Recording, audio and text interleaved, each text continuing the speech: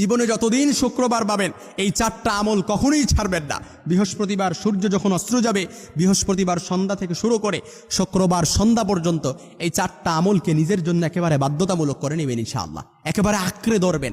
তার মধ্যে প্রথম যে আমলটা সবচাইতে বেশি করবেন এবং হাদিসে যে আমলের গুরুত্ব সবচাইতে বেশি দেওয়া হয়েছে, অর্থাৎ বৃহস্পতিবার সন্ধ্যা শুরু হয়ে গেছে, শুক্রবার শুরু হয়ে গেছে, শুক্রবার সন্ধ্যা পর্যন্ত যে আমলের গুরুত্ব সবচাইতে বেশি সেটা হচ্ছে দুরূদ শরীফের আমল। দুরূদ শরীফকে যে ব্যক্তি আঁকড়ে ধরবে তার যত পেরেশানি আছে, তার যত বিপদ আপদ আছে, উদ্বেগ উৎকণ্ঠা আছে, অভাব আছে, এই সব কিছু এই দুরূদ শরীফে যথেষ্ট হয়ে যাবে।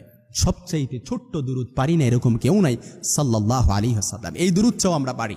এমনকি আল্লাহুম্মা সাল্লি আলা মুহাম্মাদিন সাল্লাল্লাহু আলাইহি ওয়াসাল্লাম এই দুরূদটাও পড়তে পারি। কিংবা নামাজের মধ্যে যেই দুরূদটা পড়ি আমরা ওই দুরূদটাও পড়তে পারি, দরুদ ইব্রাহিম। আল্লাহুম্মা সাল্লি আলা মুহাম্মাদ ওয়া আলা আলি মুহাম্মাদ কামা সাল্লাইতা আলা ইব্রাহিম ওয়া আলা আলি ইব্রাহিম ইন্নাকা হামিদুম মাজিদ। আল্লাহুম্মা বারিক আলা মুহাম্মাদ ওয়া আলা আলি মুহাম্মাদ কামা বারাকতা আলা ইব্রাহিম ওয়া আলা আলি ইব্রাহিম ইন্নাকা হামিদুম মাজিদ। বিশ্বনবী মুহাম্মদ সাল্লাল্লাহু আলাইহি ওয়াসাল্লাম বলেন, ইদান তুখফা হাম্মুক ওয়া তুগফার যামবুক, তোমার যত পেরেশানি আছে দূর করার জন্য এই দুরূদটাই যথেষ্ট হয়ে যাবে। শুধু তাই নয়, এবং গুনাহ মাফের জন্য ওই দুরূদটাই যথেষ্ট হয়ে যাবে। আপনি ছোট্ট দুরূদ সাল্লাল্লাহু আলাইহি ওয়াসাল্লাম পড়েন।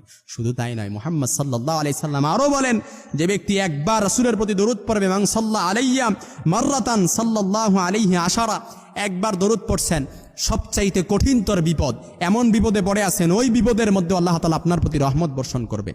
এরকম একটা বিপদ নয়, এরকম 10টা জায়গায় আল্লাহ তাআলা আপনার প্রতি রহমত বর্ষণ করবেন শুধু একবার রাসূলের প্রতি দরুদ পড়া